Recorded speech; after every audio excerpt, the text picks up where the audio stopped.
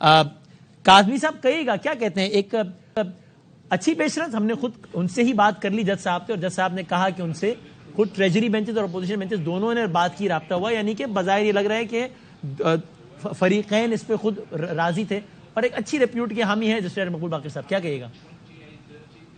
دیکھیں آبویسلی ایک تو اچھی بات یہ ہے کہ دونوں سائیڈ اس پہ متفق ہو گئے، لیکن جس طریقے سے وہاں پہ اپوزیشن لیڈر کو چینج کیا گیا وہ بھی اس کے اوپر بھی ایک سوالیہ نشان ہے. کیا وہ اس لیے چینج کیا گیا تھا کہ پہلے سے ڈیسائیڈ تھا کہ کس کو لے کے آنا ہے؟ دوسرا یہ ہے کہ اب جج صاحب کے اوپر بھی بڑی ذمہ داری ہے. آئین اور قانون کے مطابق تو 90 روز کے اندر انتخابات کروانے، کیا اس پہ وہ کتنا سخت موقف لیں گے یا نہیں لیں گے؟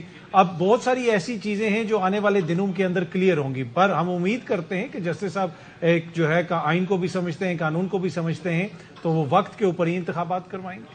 کاشف صاحب، سپریم کورٹ آف پاکستان ظاہر ہے اس 7 سال کے عرصے میں اس میں بہت ساری اہم سماعتیں ہوئی، اگرچہ وہ پھر حالیہ عرصے میں جج صاحب جو کیسز ڈسکس ہوتے تھے اس کے ان بینچز کا حصہ نہیں ہوتے تھے باوجود، لیکن ظاہر ہے وہ ایک ریپیوٹر وہ سارا. آپ کیا کہیے گا اس حوالے سے؟ یہ جو پیش رفت ہوئی ہے سندھ میں، یعنی یہ پہلا صوبائی نگراں حکومت کے نگراں وزیر اعلیٰ کا نام اب یہاں فائنل ہو گیا ہے، کیا کہیے گا کاشف صاحب؟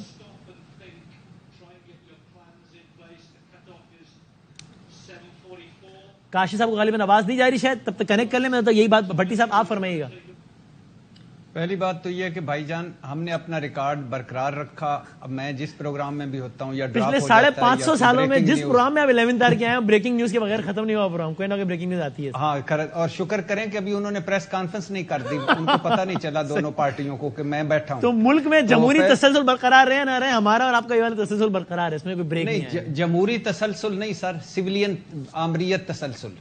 تو پہلی بات یہ کہ وہ کاظمی صاحب کی بات کو سیکنڈ کرتے ہوئے کہ جس طرح اپوزیشن لیڈر کو تبدیل کیا گیا سندھ میں، وہ بھی افسوسناک ہے.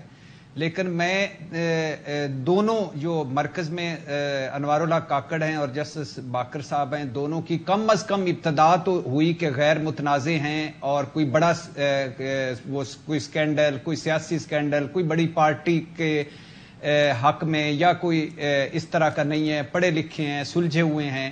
اور اب بڑی بھاری ذمہ داری ہے جو بھی نگران آتا ہے، اور نگران نے ظاہر آ کے نگرانی کرنی ہوتی ہے. اس نے الیکشن تو نہیں کروانے، الیکشن تو الیکشن کمیشن نے کروانے ہیں، جس کو الیکشن کی ڈیٹ دینے کا بھی اختیار اور آگے بڑھانے کا بھی اختیار مل گیا ہے. اور الیکشن کمیشن کی کارکردگی پر ہمیں جائیں تو اسلام آباد کا بلدیاتی الیکشن وہ کروا نہیں سکتا، کراچی میں صرف دھاندلی رکوا نہیں سکتا. 2 صوبوں میں کے الیکشن میں سپریم کورٹ کہہ چکی ہے کہ وہ جمہوریت کو پٹڑی سے اتارا، اس نے آئینی خلاف ورزی کا مرتکب ہوا، اور الیکشن کمیشن اپنے کام کے علاوہ سارے کام کر رہا ہے. تو بہتر شفاف انتخابات کی جہاں تک بات ہے، کبھی نہیں ہوئے. 70 کے سنے تھے لیکن اس کا مینڈیٹ نہیں مانا ہم نے، تو اس کا جو نتیجہ نکلا، تو شفاف انتخابات تو ناممکن ہیں. ایسے انتخابات ہی ہو جائیں جو ساروں کو کم از کم قابل قبول ہوں، اور ایسا لیول پلینگ فیلڈ اور ایسا ترازو کا پلڑا ہو کہ کم از کم جو ساروں کو قبول ہو، اور جو ہم بند گلی میں پھنسے ہوئے ہیں اس سے نکلیں اور ملک میں استحکام آئے. اور سیاسی استحکام کے بغیر معاشی استحکام آ ہی نہیں سکتا. اب ہم کنویں میں آگے گلی. کاشف صاحب یو اگری، مطلب میں اتفاق کرتا ہوں بٹی صاحب سے کہ یہ اچھی پیش رفت ہے کہ ٹو سٹارٹ وتھ کم از کم ایک ایسا نام سب کا اتفاق ہے، اچھی ریپیوٹ کے حامی ہے. اور بڑا چیلنج اب یہی کہ اب مثلا کابینہ جب بنے گی تو بھائی اب یعنی خیبر پختونخوا کی نگراں کا اس وقت بھی جو وزیر اعلیٰ بنے تھے تو سب نے کہا تھا بڑا بہترین کام ہے. بیرسٹر صاحب تھے پی ٹی آئی اس وقت تک ایکٹیو تھی، انہوں نے بھی کہا اوکے، سب نے کہا اوکے، مولانا صاحب کی پارٹی نے بھی کہا. لیکن جو کابینہ ہے الحمدللہ وہ کابینہ ہی کمال سبحان اللہ کابینہ آ گئی. تو پہلا چیلنج تو یہ ہوگا کہ کابینہ کیسے آتی ہے.